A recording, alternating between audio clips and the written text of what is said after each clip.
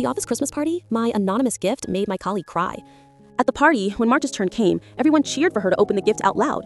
She pulled out the notebook, smiled at first at the design, and then opened the cover.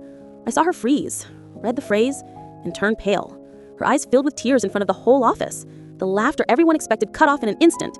Some coworkers rushed to hug her, others looked around trying to guess who was responsible. Santiago was the first to speak, with that fake, concerned tone. He said some people didn't know how to measure their jokes, and that anonymous exchanges sometimes brought out the worst in us. He glanced sideways in my direction as if it was not obvious enough. My stomach dropped. I had allowed his pressure and his speech about fitting in to push me into betraying the trust of the only person who had stood by me. Marta went to the bathroom and took a long time to come back. When she returned, she avoided my eyes. The rest of the party was filled with whispers and awkward silences. Santiago took the chance to play the sensitive leader, talk to HR about reviewing the game format next year. All the power of the situation slid toward him, as if he stood on the victim's side. I was the only one who knew the full truth. That night, I couldn't sleep. I remembered Marta's face when she told me about the treatment, her hands trembling as she played with the edge of her coffee cup.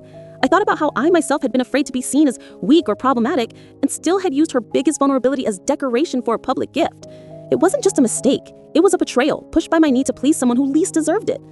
The next day, I asked to talk to Marta before work started.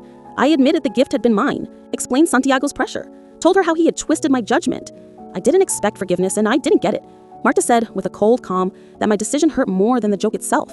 She had trusted me precisely because I seemed different from everyone else. After that conversation, I knew our relationship would never be the same. I filed a formal complaint against Santiago, not only for the game, but also for his behavior in the months before. HR moved slowly, as always, but that complaint was the beginning of me leaving that company. I didn't want to stay in a place where loyalty was confused with humiliating others. My career changed direction, and I lost the small comfort of feeling like I fit into a group that celebrated cruel jokes.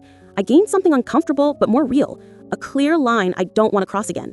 Every time I see a gift exchange at work, I remember Marta with the open notebook in her hand and know I'd rather stand aside than turn someone else's secret into a spectacle again.